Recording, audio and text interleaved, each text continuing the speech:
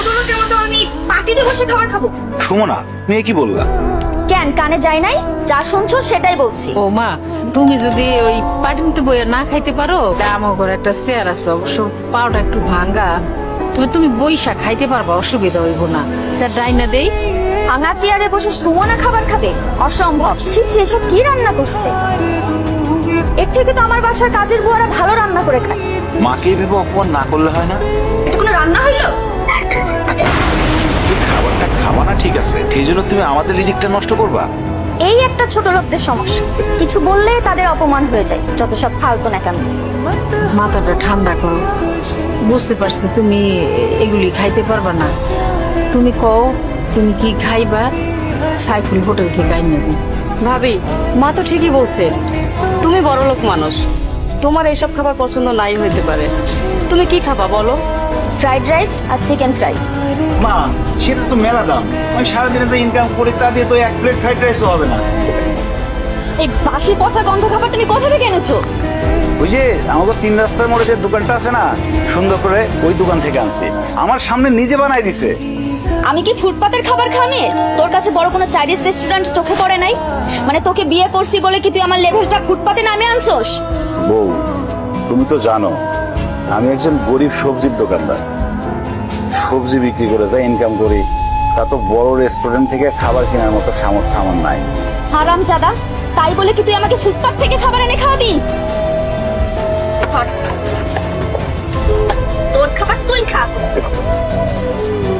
তুই এরকম কষ্ট করে কতদিন পার করবি? ঘরে তো বউ সম্মানও দেয়, আর যা মনে হইতেছে বউরে দেখে মনে হয় না বউ সংসার করে, মনে হয় করে তালা দিয়ে নিতে চাই।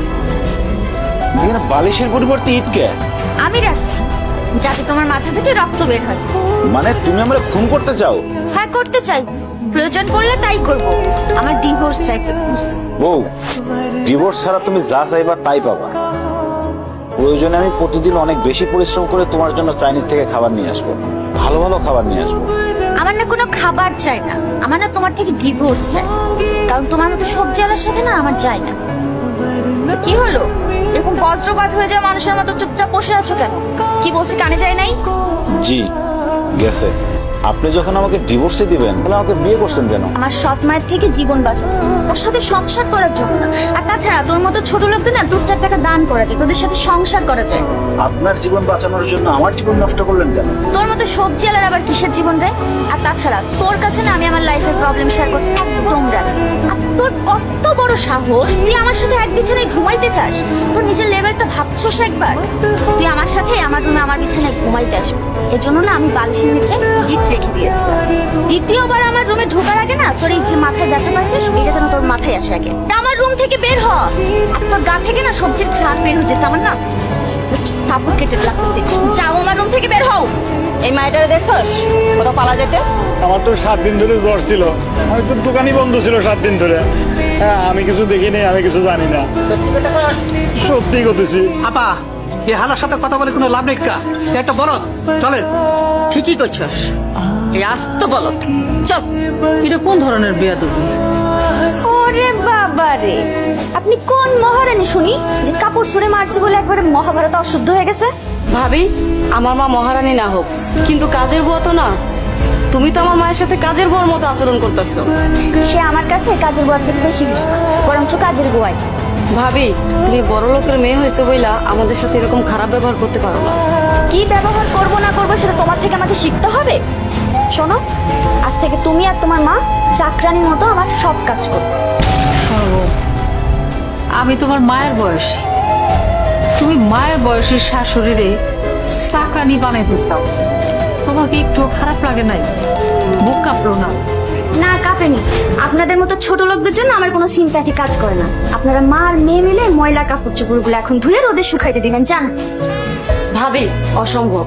তুমি এবারের বউ, তুমি আমাদের সেবা যত্ন করবা, তা না করে তুমি উল্টা দিনের পর দিন আমাদের সাথে অত্যাচার করে চলছো। এই চুপ করো তো, তুমি বেশি কথা না বলে তোমাদেরকে যেটা বলা হচ্ছে সেটা করো। বৌমা একটা কথা শোনো। জি বলেন। বৌমা, আমি তোমার চাকরানি হয়ে থাকুন, কিন্তু তুমি আমার একটা কথা রাখবা। মা, তুমি কি বললা? শাশুড়ি হয়ে ছেলের বউ চাকরানি হয়ে থাকবা? হ, আমি বোর কথা মতো চাকরানি হয়ে থাকবো, আমার কোনো কষ্ট হইব না, খারাপ লাগবে না। আমি চাকরানি হই, যা খুশি হই, তারপরও যদি আমার সন্তানটা ভালো থাকে, সুখে থাকে, তার জন্য আমি সবকিছু করতে পারি, প্রয়োজন হলে জীবনও দিতে পারি। এত ভনিতা করার দরকার নেই, কি বলতে চান সেটা বলে। বৌমা, আমার ছেলেটারে তুমি ডিভোর্স দিও না। বিশ্বাস করো, আমার ছেলেটা তার জীবনের থেকে তোমারে বেশি ভালোবাসে।